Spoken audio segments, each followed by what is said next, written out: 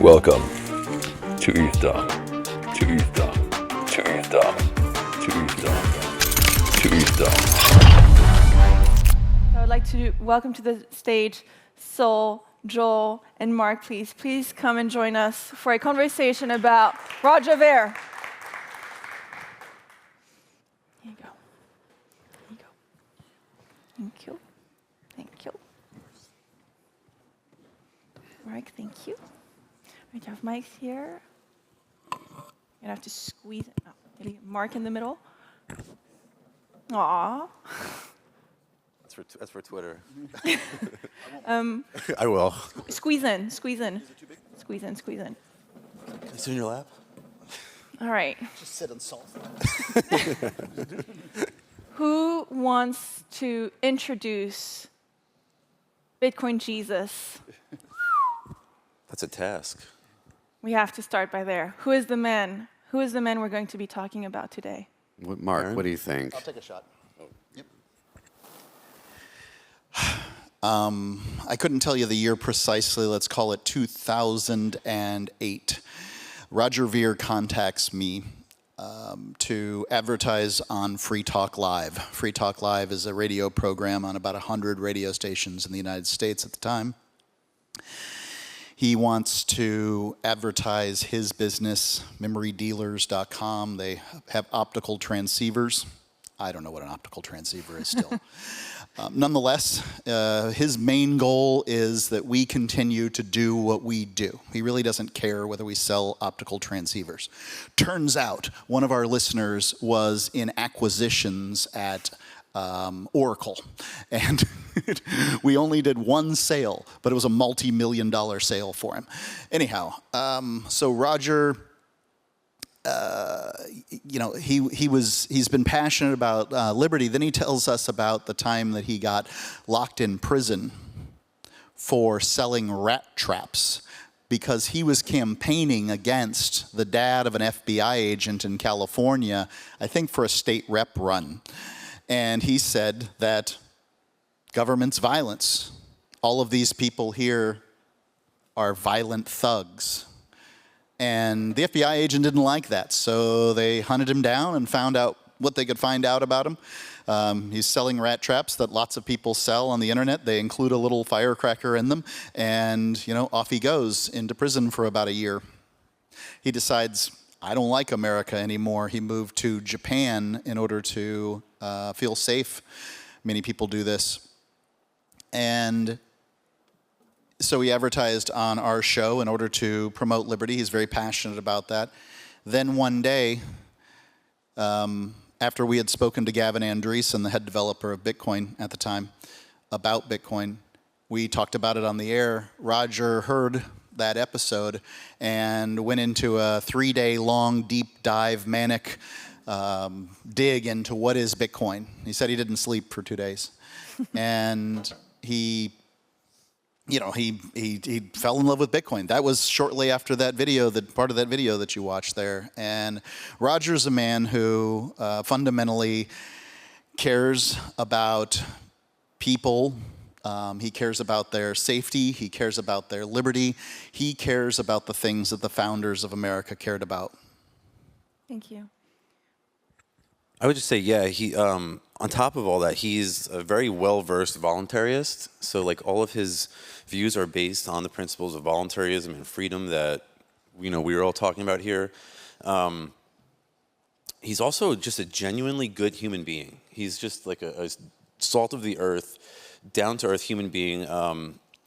He's very charitable. He's donated to people in like times of need, like people who've needed like surgeries and all sorts of bad situations that they've fallen in. I think you made a video about like a sort of a conglomeration of clips from everybody, and there was just like so many things in there that he's done for people that he doesn't advertise it. He doesn't go around waving a flag saying, "Look what I've done." Although, frankly, maybe at this point he should, because a little good press at this point can't be a bad thing. But he was the one who sort of white-pilled me into big blocks. I was sort of agnostic about the whole thing, and then I was speaking to him one day, and he kind of laid it all out for me. I thought, let me sit on that. And I had him on my show, and there was a huge pushback from the Bitcoin maximalists, and I realized we were pissing off all the right people. So I dug even deeper, and next thing you know, I became a Bitcoin casher, and thank God I did, because otherwise I was at risk of, Laser eyes. Yeah, laser eyes. Yeah. So I've known Roger probably less directly than everyone here, although still, I would consider him a personal friend. I've been sort of involved in the crypto space since like 2013, so not super long, but a while still. Humble brag. Well, compared to everyone, But Roger, I think people really don't understand the heritage that we have today, like our roots. Because, obviously, so we're talking about, not afraid to be political and stuff like that, which, people are increasingly more afraid to be political with these kinds of things. From like the Bitcoin Genesis blog had a political statement in it about why does this matter? That we the people are being screwed over by the big banks and governments, et cetera. This is a revolutionary tool to fight back. And that was, as far as I know, Satoshi was not super explicit with the very finer points of political manifestos, but Roger was sort of the guiding spirit of all of crypto in the early days, as far as they called him Bitcoin Jesus for a reason, and it's not. And which, by side note, people are starting to call Michael Saylor that, and I want to vomit, but that's a different story. I just had to get that off my chest. So because it wasn't just because, this guy's a great, wonderful activist or something. He was the first angel investor in cryptocurrency companies and startups. And before, it was just random internet nerd money that people just, maybe traded some for a pizza one time and then thought that was cool, and that's it.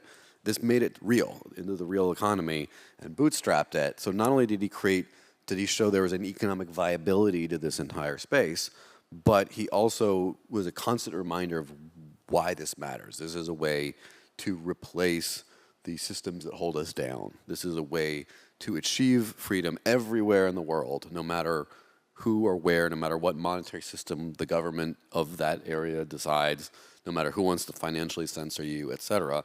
And unfortunately, he became sort of viewed as a political figure in the block size wars later, where a lot of I guess by market capitalization, the winners of the war kind of sort of demonized him to a certain extent. But we owe all this matters, the mattering of this entire technology. I would say we kind of owe to him and people who were inspired by stuff that he did and continued down that path. Off. He's been just like the North Star of the movement for quite a while, and like the guiding light of crypto anarchy and the cypherpunk movement.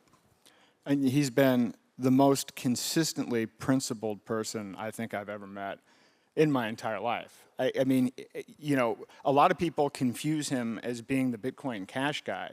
He's always been about peer-to-peer digital cash that can be used by anyone, and he's always invested in a variety of things. A lot of people don't realize he was the first investor in XRP, and he invested in a variety of privacy projects. He's concerned about, he believes in the market, and then he is concerned about the outcome, which is finding solutions in a dynamic marketplace that will help facilitate freedom.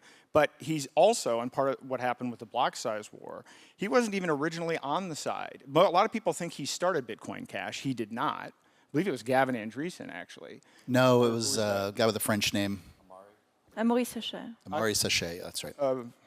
Okay, that's right. I'm thinking of the other, anyway, the other fork. But in any event, he didn't start it. He was persuaded when he saw the censorship and propaganda that was being used by these small blockers. That's actually what pushed him over the edge. And he's been very consistent and as an advocate for free speech. So he's supported a lot of other groups. He was the founding donor and board member at the Brownstone Institute. He's funded antiwar.com. He funded FEE.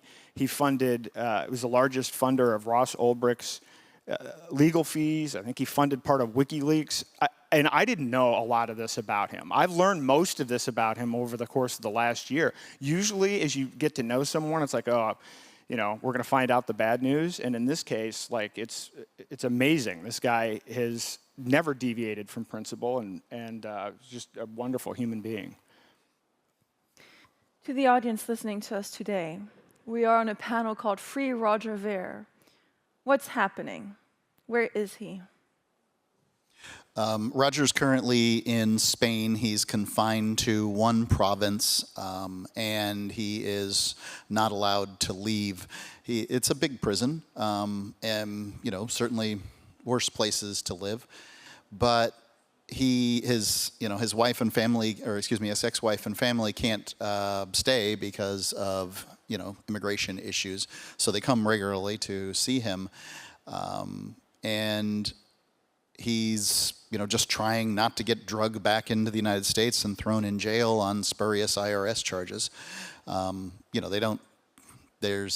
They could work this out with lawyers as they had. I think the most interesting part of his case to me is nobody who has a tax attorney ever gets in trouble because the tax attorney stands between you and the government. Roger Ver had 2 of the largest tax firms in America look over his returns before he filed them. These are the returns that they're concerned with now. So if they're filed improperly, let's talk to the tax attorneys. You don't need to confine this guy in Spain. And by the way, Spain's violating its own laws in order to hold Roger, but if you have the biggest gangster on the block telling you to do something, I can understand why they're doing it. It doesn't make it right. It just makes it understandable. Why did this happen to him? Do you have an idea? I think it happened because of Executive Order 14067 and because the Biden administration put a high priority in targeting people that could be effective at spreading peer-to-peer digital cash as an alternative to the CBDCs they were trying to roll out. I actually don't think it was related to hijacking of Bitcoin because the indictment actually came from the grand jury before the book was published. Interesting. I just thought that the timing around the release of his book, Hijacking Bitcoin, is it's just so close, Very coincidental. Yeah, very, very coincidental. Who wants to give a shot and resume hijacking Bitcoin quickly for this audience? What do you mean? Just summarize it? Yeah. Well, essentially, the argument is that again, as I said earlier, the state and federal saboteurs infiltrated the cryptocurrency community, and they agitated to keep blocks small because they knew that small blocks would render the chain inefficient as a competitor to the banking cartel's monopoly. All of the persecutions, not just Roger, but Ian and Alexei and everybody else, it's all part of the war on crypto designed to protect their financial monopoly. And it's the only thing that they care about is money. When I was in school for political science, I had a professor say, if you ever want to learn the truth about what's really going on, just follow the money. And in all of these cases, it all goes back to the same original starting point, which is the banking cartel. Everything that we've been dealing with in the cryptocurrency community for the last 5 years, all of the persecutions, the weaponization of SEC, it's all about protecting the banking cartel, in my opinion. The difficult thing with any of these cases as to why did Roger Ver get arrested is you look like a crazy person trying to, connect the dots. Well, look at this. Here's this fact and that fact. And I mean, that's what they want us to look like, is crazy people trying to connect the dots. They'll never tell us. This is the big lie of democracy.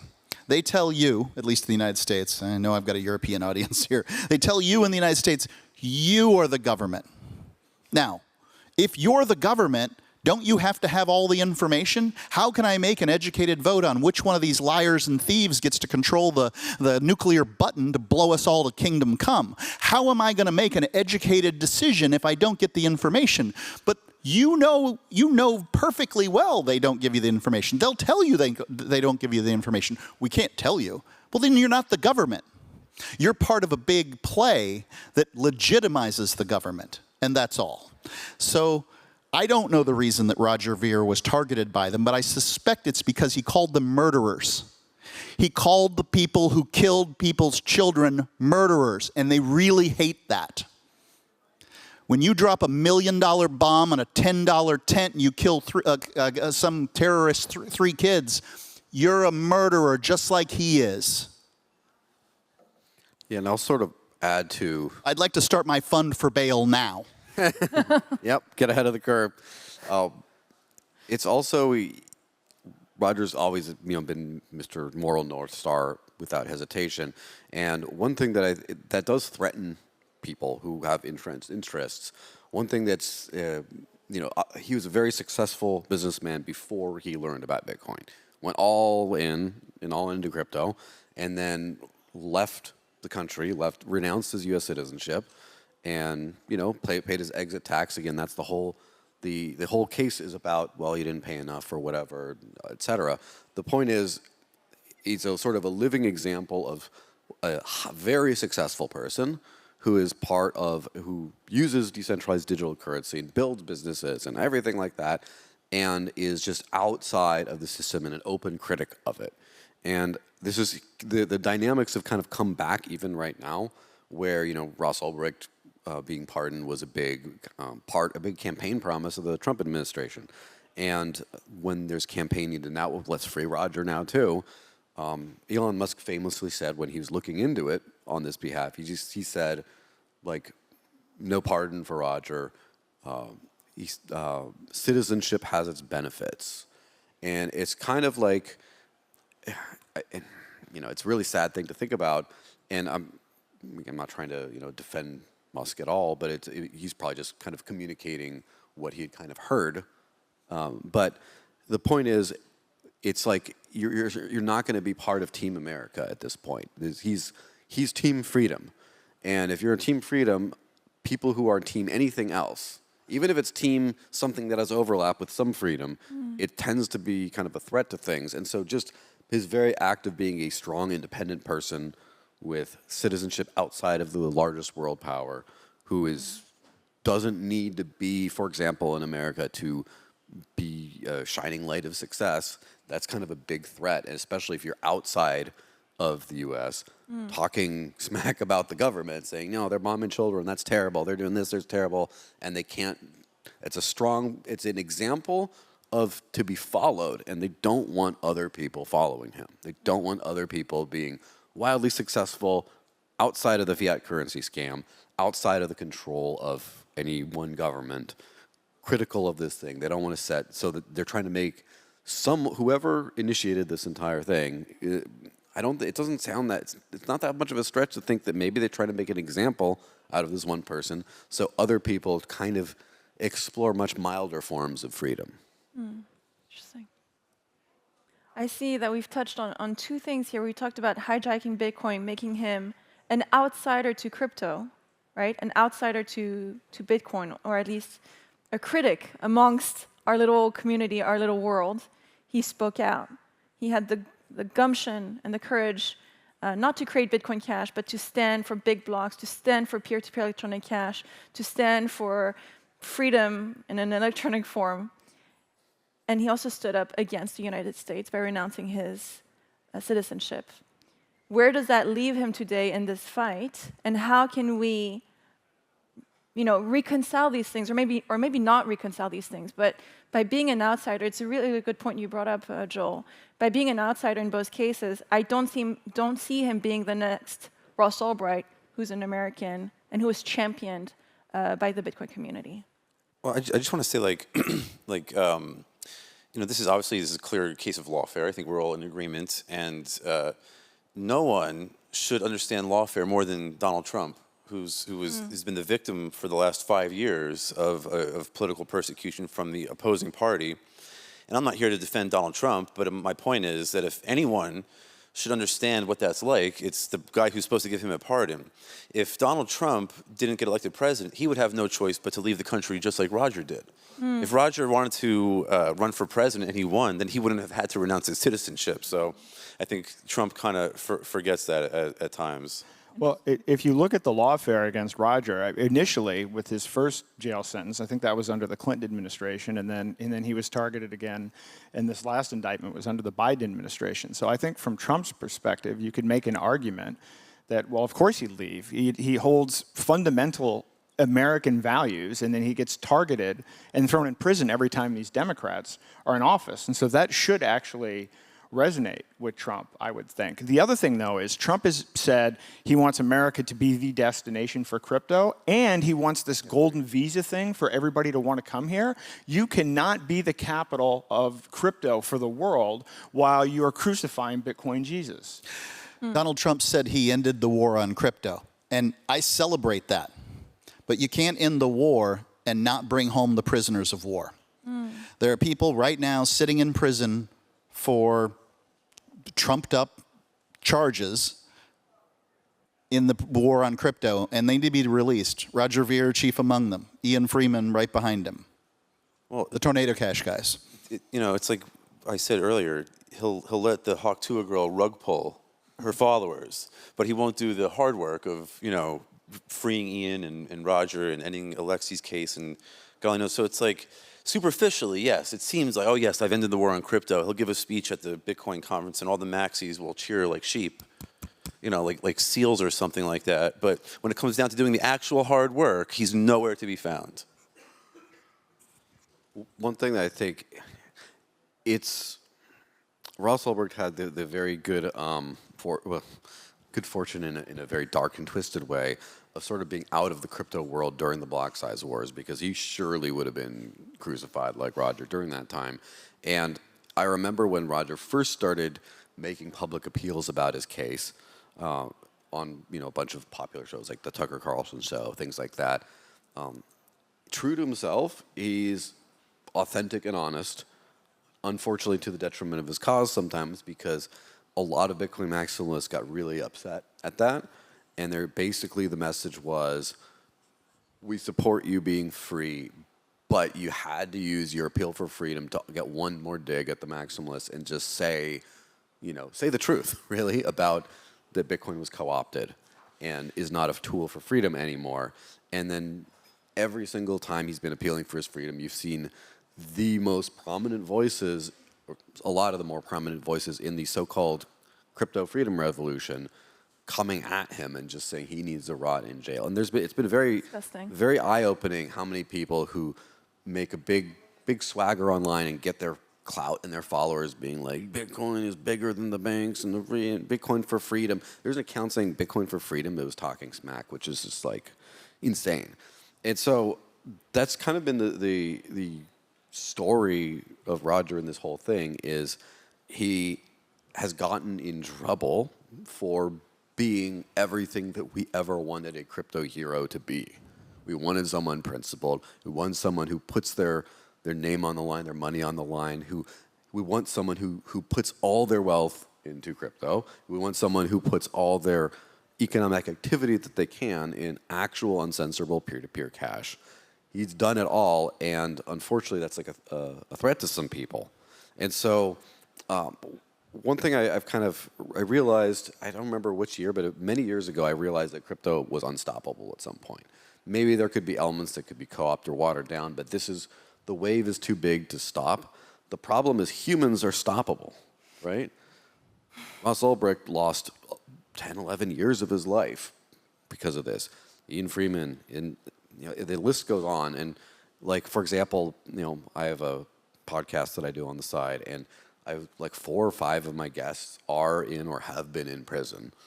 And it's like a little bit of a don't come on my show, anyone here, by the way. Some of you it's already too late. But the point is, crypto is going to be okay in some way, shape, or form, very likely. But we have to take care of our martyrs who came along the way, and it could have been a lot of us that could have just taken the hit instead. And instead, like the greatest people who have pushed this forward, who have made a lot of people a lot of fucking money, and then these people sacrifice their freedom in a lot of ways in order for a lot of people to be rich, and even people who aren't rich to have companies and careers and in industry. The fact that there's an industry, we owe that to mostly Roger specifically, but other people as well. And because of his uncompromised, because he did things that didn't make business sense at the time necessarily, because he did idealistic financial investments, for example, and a lot of activism with money. And because of that risk he took of losing his hard-earned money to stuff that doesn't work out, we are here. Yeah. There are people with money and companies that are able to fund this conference. This is all because of first Roger and then, you know, the people that came after him. I think we owe it to him to take care of him at this point, to do what we can.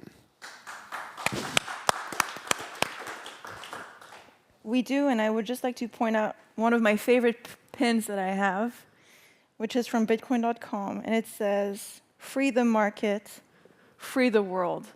And I always saw Roger Ver as that guiding light, as that principled person. And I am, through your podcast, through you getting him into crypto, through him talking to you and you and you, I am from that school.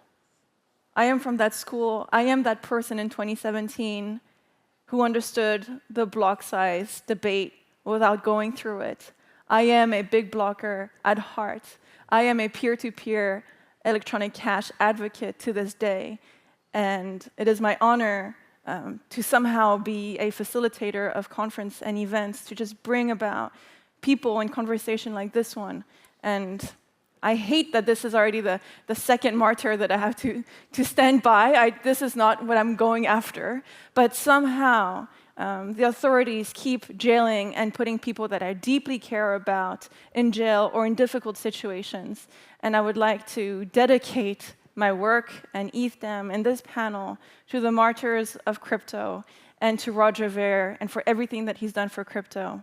So thank you so much. Thank you so much. Yep.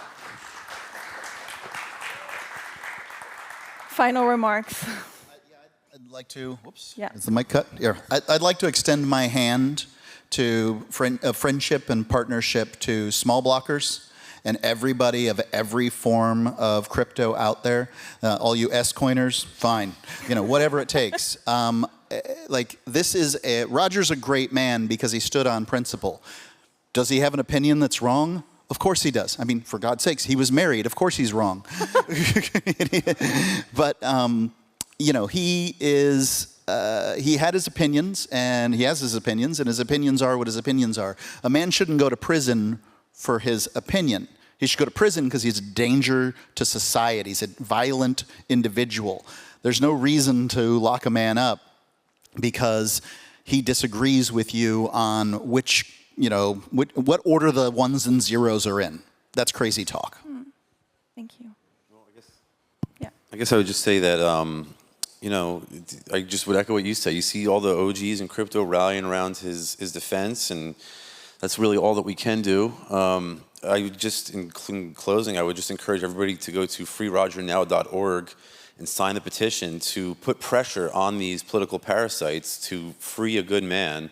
I'm confident that he will be victorious. I think that it's sort of the trend that we're starting to see is they're kind of dropping these cases as they go on, hopefully, at least. So, again, sign the petition, and hopefully we encourage your friends and family, your cousins and your distant relatives to go sign it, because we need to get as many people as possible to put the maximum amount of pressure on these people to end this persecution. Something worked with Ross Ulbricht. I don't know if it was the petition, but, I mean, it's all we can do. You know, there's, you know, if any of you know Donald Trump, could you talk to him for us? Tweet at him. But maybe this is a little bit more of a somber take, but it's clear that, I mean, this is tech.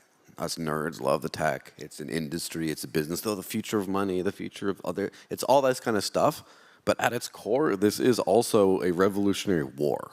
We're at war with the powers that would control us. And as ugly as it is to say, wars have casualties. And we can try to save as many as we can to reduce those casualties. We will do our best here, but the point is to win the war. We don't want people to suffer in vain. And I know that people like Roger put themselves at great personal risk to spread freedom for the good of all mankind. And he could have been a lot safer if that's what his #1 priority was in life. But it wasn't. It was freeing the world. So let's stop using fiat, right? Let's start using decentralized tech. Let's start using the gift that people who suffered gave to us. And yes, let's try to get them out too. But whether or not all the martyrs are safe and free and stuff is not 100% up to us. What is 100% up to us is what we do with what they fought for. So stop using fiat. start using freedom tech and start pushing more people to use freedom tech. Let's win the war. Thank you. One of the reasons I've been so excited and enthusiastic about using Zano and promoting Zano is I'm a big believer that they want what they're doing to Roger to have a chilling effect. We need to have it have a galvanizing effect so that they stop this behavior and recognize that when they do this, it's going to have the opposite effect. Amen. Gentlemen. I want to thank the AV guys up there, the sound guys, and everybody making us look good. A big round of applause for them. Nobody ever talks about them. Thank you, guys. Of course, it's the professional radio guy to say that, right?